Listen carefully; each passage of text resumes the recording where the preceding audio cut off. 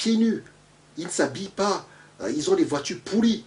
Mais ils font des emprunts pour financer les études supérieures de leurs enfants. Et nous, on ne tire jamais les conséquences de cela. Ça fait 30 ans qu'on est là. Ça fait 30 ans qu'on se rend bien compte que nous sommes toujours dans les stratégies de moins cher. Jamais je n'ai vu une famille me dire, je ne sais pas, non, mon gosse, il ne va pas aller à l'université. Je vais commencer à mettre des thunes de côté, tout simplement parce que j'ai envie de l'envoyer dans une école privée. Non. Non, va à Paris 13, va à Paris 8. Je parle de Paris 13, Paris 8. Moi-même, j'ai été étudiant à Paris 13. Donc, je sais un tout petit peu de quoi je parle. Et tout le monde le sait en France. Paris 13, Paris 8. Excusez-moi, mais voilà, quoi. Je dis, il faut quand même être réaliste. Paris 13, Paris 8, ça ne sera jamais, jamais Paris 2, Paris 3, ça ne sera jamais Paris 4, Dauphine. C'est une réalité. Et quand on vous dit égalité, égalité, les diplômes se valent, c'est faux.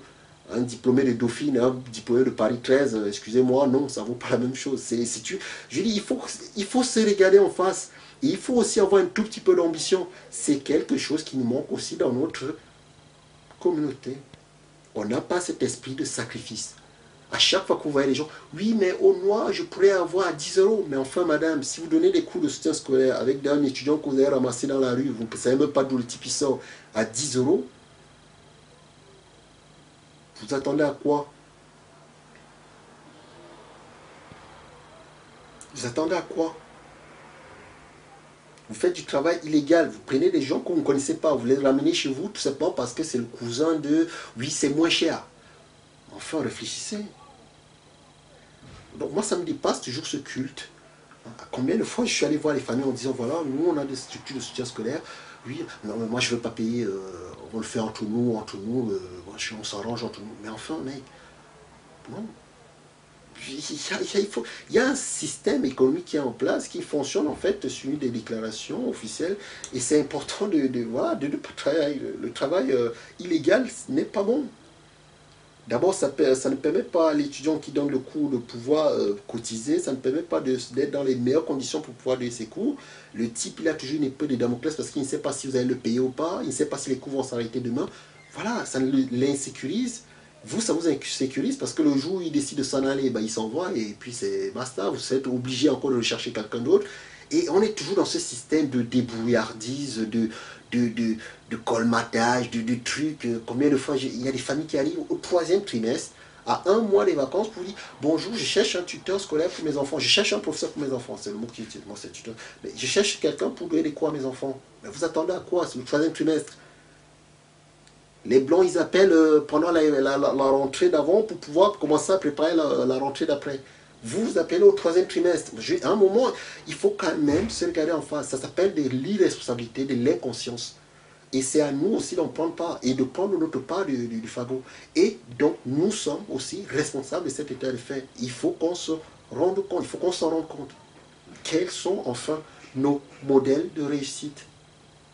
Quels sont nos modèles de réussite en banlieue? Sont francs. Footballeur, rappeur. J'adore le foot. Mais si mon propre fils avait les jambes de Zidane, je les lui briserais pour qu'il aille à l'école. Pas parce que je les déteste ou quoi que ce soit, mais parce que je pense que on sature des footballeurs qui réussissent dans notre communauté. Il y en a marre de ces pays qui ne sont bâtis qu'autour du football, autour des choses superflues. Excusez-moi de le dire, mais l'argent d'un footballeur, même s'il gagnait des milliards, ça ne vaut rien par rapport aux quelques, je sais pas, à un docteur, quoi. Il y a quand même des échelles dans la vie. C'est pas pour cracher sur les footballeurs ou quoi que ce soit. Je sais que, voilà, mais regardons-nous en face quand même, quoi. On a besoin de médecins, on a besoin d'ingénieurs, on a besoin de gens qui valent intellectuellement. Je ne sais pas pour mépriser les footballeurs ou quoi que ce soit, mais une société ne se bâtit pas autour des footballeurs. Une société ne se bâtit pas autour du pain et des jeux, quoi. Des rappeurs. J'adore le rap à titre perso. Donc mais je place le rap à sa position. On a besoin de médecins, on a besoin de véritables figures, de véritables modèles de réussite pour nos jeunes. On n'a pas besoin de footballeurs. Il y a des familles qui ont investi totalement dans le foot. Le grand frère joue au foot, le petit frère joue au foot, l'arrière-petit frère, même il y a un gosse qui est en train la dame est en train de faire un gosse, elle pense déjà qu'il va faire du foot. Où on va? Le football ne nous apportera rien. On ne bâtit rien sur le foot. Je pense par exemple, là, je pense en Afrique, au Cameroun, il y a les mecs qui créent des académies de football. Mais où a-t-on vu l'économie d'un pays fondé sur le football? Les gens nous parlent du Brésil, mais le Brésil, c'est pas que le foot. Le football, c'est peanuts dans l'économie du Brésil. Les gens ne savent pas, le Brésil, c'est un très pays très développé en termes de matière grise, en termes d'échange économique. C'est une plateforme tournant de l'Amérique du Sud. Il y a autre chose que le football, c'est rien. Mais nous sommes omnubilés par des choses futiles. Je dis bien futiles. Tous les jeunes que je croise en monde, ils rêvent tous d'être footballeurs. Mais enfin, on va où avec le foot? On va où avec le foot? D'autant plus qu'il est bien plus difficile d'être footballeur professionnel que d'être médecin. C'est ça le drame dans tout ça, c'est la sélectivité, la sélection, le taux de sélection pour pouvoir être footballeur est beaucoup plus important que le taux de sélection pour être tout simplement médecin. Toute cette énergie, il y a des jeunes qui ont une sacrée énergie en moi, toute cette énergie qu'on pourrait canaliser pour l'orienter vers des choses bien plus concrètes, hein, que des choses qui ne nous mènent strictement à rien. Le football, vous en formez, il y a 1000 personnes qui vont pour devenir footballeur professionnel, il y en a un qui réussit. Qu'est-ce qu'on fait des 999 autres? Voilà. Donc c'est à nous de prendre conscience de cela. Et donc voilà, j'essaie tout simplement de récapituler les 4 points. Le premier des points, c'est la culture de l'excuse. Ce n'est pas possible. Et c'est ça qui nous pousse dans ces situations. Le deuxième des points, bien évidemment, c'est ce misérabilisme que nous avons, je ne sais pas, je le dis, je pense que tout le monde sait de quoi je veux parler. Quoi. Voilà, tout le monde sait de quoi je veux parler. Voilà, vas-y, les arachides, non, non, c'est pas possible. Quoi. En plus, c'est honteux, c'est sale, c'est pas possible. On ne se lève pas avec des choses pareilles. On n'a jamais, non, non, quand on a 4 pattes, on a 4 pattes, on ne se lève pas en mendiant, c'est impossible. Le culte du moins cher, dites-vous bien, à chaque fois, moins cher et gratuit. Tout ce qui est gratuit vaut peanuts, ça ne vaut rien. Tout ce qui nous, ça ne vaut rien. Mais on adore tout ce qui est gratuit chez nous. C'est pas possible. C'est pour ça qu'on sera toujours derrière. Le gratuit ne te mènera nulle part. Il faut avoir de l'ambition. Et c'est comme tout. Il faut mettre les moyens. Tu mets les moyens, tu réussis. Tu ne mets pas les moyens, c'est foutu. C'est une réalité. Et enfin, il nous manque cet esprit de sacrifice qui anime toutes les autres communautés. Nous nous contentons du peu que nous avons. Je suis éboueur, et ben si mon fils devient éboueur chef, je ne sais pas si ça existe comme bref, s'il devient le chef des éboueurs, et ben ça sera pas mal, ça sera une évolution. Non. Non, nous ne sommes pas venus ici, comme une fois de plus, comme je dis, pour nous promener ou, je ne sais pas, pour élever les éboueurs. Je dis, j'espère qu'on a une autre ambition pour nos propres enfants que d'être toujours dans les places qui sont les nôtres dans la société. Regardons les choses en face. Qui peut dire que la communauté bois est une communauté qui se fait respecter en France? Regardons-nous un tout petit peu. Parlons peu, mais parlons vrai. Regardons-nous. Qu'est-ce qu'on vaut dans cette société? Que vaut un noir dans cette société? Voilà. On a créé des choses, des organismes comme le CRAN. Où ça vaut quoi, le CRAN? SOS Racisme qui vous balade depuis 30 ans. Qu'est-ce que ça vous a apporté? Qu'est-ce qu'on est? Comment se fait-il que nous, on est en France depuis 400 ans? C'est quand même un truc hallucinant, chers amis. Depuis 400 ans, nous sommes en France. Quand je dis nous, les Noirs, les Nègres, les Entiers. Depuis 400 ans, nous sommes en France. Et ce sont les Chinois et les Pakistanais qui nous vendent notre manioc. Je dis, tout est résumé dans ça. 400 ans, ce sont des Chinois et des Pakistanais qui nous vendent nos maniocs. Toutes nos échoppes sont possédées par, toutes les échoppes de banlieue sont possédées par les Chinois et les Pakistanais. Nous, on était là assis, on s'est dit, tiens, qu'est-ce qui se passe à Orient? Non, c'est mon frère, on se comprend. Mais non, on ne se comprend pas, mec. On ne se comprend pas. Lui, il a une communauté derrière lui, rien. Regardez un Chinois quand il marche dans la rue. Même lorsque c'est le Chinois, le type qui est en train de pousser, le type le plus sale, les Chinois, le type dans la rue en train de pousser, en train de travailler dur. Euh, voilà. Même quand tu le vois, le mec, il est fier. Il marche pas la tête basse. Parce que même si lui ne réussit pas, il sait que sa communauté est puissante et que toi, tu ne peux rien lui dire. Parce qu'il compte. Parce qu'il compte. Et quand je dis compter, c'est compter financièrement. Parce que c'est de ça que je parle. Notre communauté n'est pas grand-chose, tout simplement parce que nous n'avons aucune puissance de feu. Nous ne sommes rien. Et nous avons investi sur les fausses gloires, sur ces cultures de l'excuse qui a amené à cette culture de la pleurnicherie, où on est toujours en train de chialer tout le temps. Et c'est la raison pour laquelle nous ne valons rien. Le cran ne vaut rien. SOS Acide ne vaut rien. Nous ne sommes rien. Agresser un Chinois dans la rue. Vous avez toute la communauté chinoise sur votre dos. Agresser un juif dans la rue. Vous avez toute la communauté juive sur votre dos. Agresser un noir dans la rue, ben, il ne se passera rien. Pas parce que ce n'est pas, c'est juste parce que nous ne valons rien. Il faut qu'on se le dise.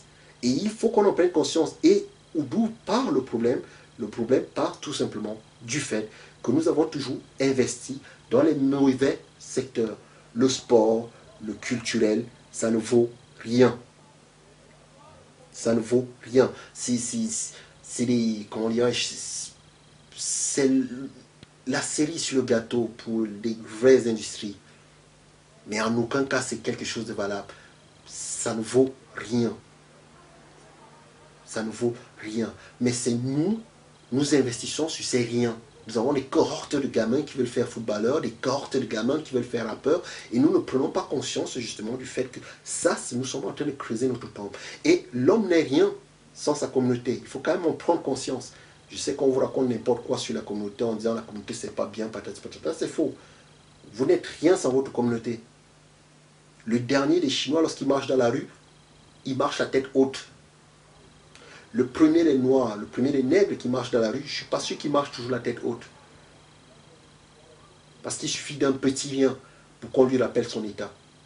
Des riens. Donc à un moment, il faut quand même en prendre conscience. Et ça passe par l'éducation. Et si nous ne prenons pas conscience de cela, je suis désolé, nous allons continuer encore dans 100 ans. Pour ceux qui veulent rester là, ils seront toujours les derniers. Comme dirait l'autre, tout simplement, nous sommes toujours les serpillères de cette planète. Et c'est quand même une réalité. Vous pouvez toujours me dire, oui, c'est cru, ceci, cela, mais c'est tout de même la réalité. Et moi, je pense qu'il est de notre devoir, et du mien, en tout cas, je le pense, et de se secouer, de se bouger.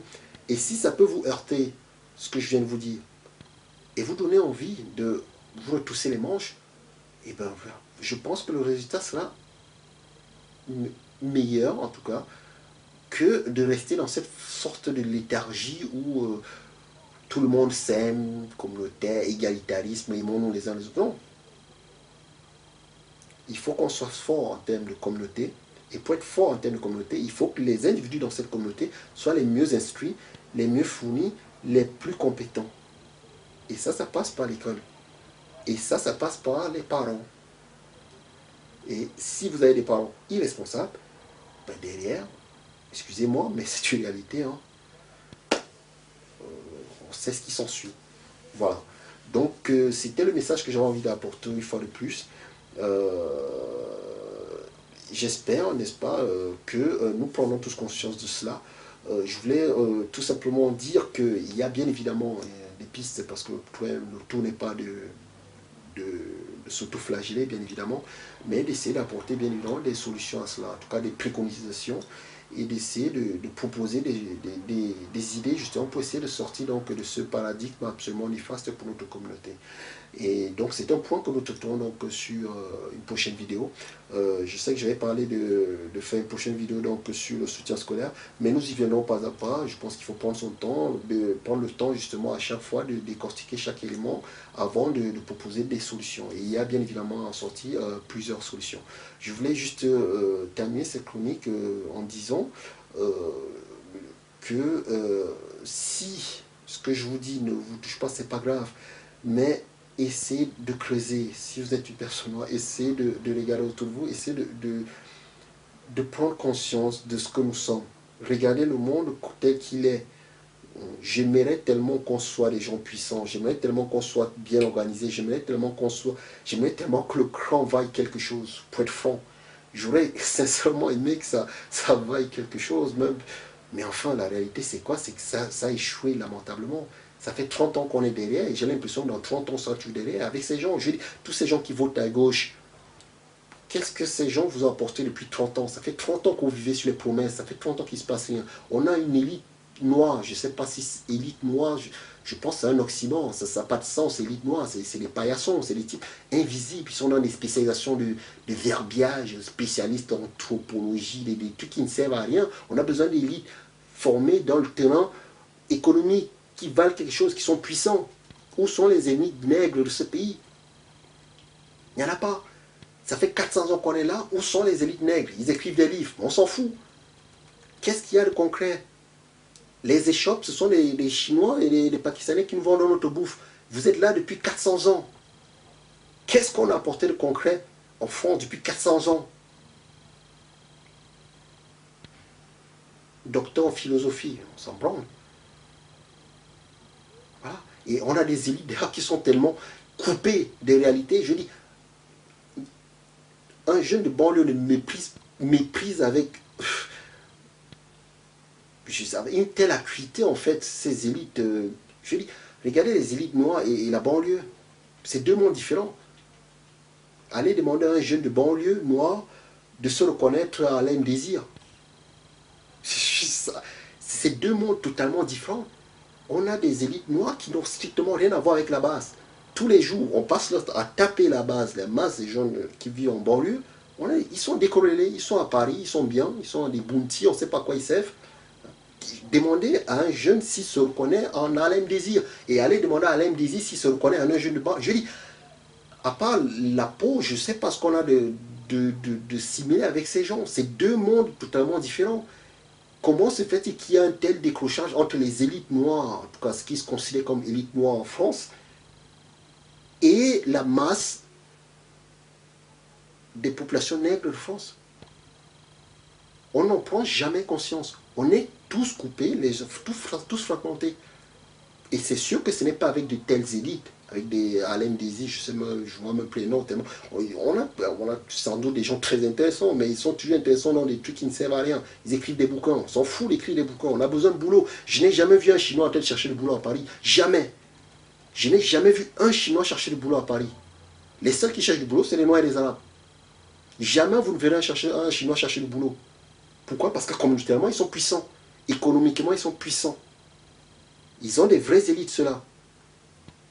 Vous voyez? Mais nous, qu'est-ce que nous avons? Nous avons des gens qui portent beau, voilà, qui parlent bien, hein, et qui ne servent strictement à rien. Ils sont tellement décorés du peuple noir que la plupart des jeunes de banlieue les méprisent. C'est un mépris absolu. Je pense qu'ils préféraient même encore tous Jean-Marie Le Pen que certaines élites noires de la communauté. Il n'y a rien entre ces gens. Et tout ça, c'est le délitement justement de notre communauté qui, une fois de plus, ne vaut pas grand-chose. Donc, chers amis, j'espère que cela va vous permettre de réfléchir. Bien évidemment, j'attends vos réactions s'il y en a. Et on va toujours continuer justement à dire ce qu'on pense et à dire la réalité, parce qu'il faut quand même la dire. Et que c'est voilà, c'est un devoir, en tout cas, c'est ce que je me suis dit. Je ne peux plus supporter certaines choses. Ça me paraît assez abject. Et je dis à un moment, il faut appeler un chat un chat. Nous sommes la population la plus touchée par l'échec scolaire et nous devons de combattre cet échec scolaire. J'espère que ce message aura été compris. La prochaine vidéo portera bien évidemment sur les solutions que nous pourrons apporter. D'abord, nous allons faire une analyse des différentes solutions qui nous ont apportées par la société, on va dire les écoles privées, les internats, les chèques éducation, cette tartufferie qui a été inventée une fois de plus pour permettre aux familles aisées de pouvoir être assistées, le busing, toutes ces idées.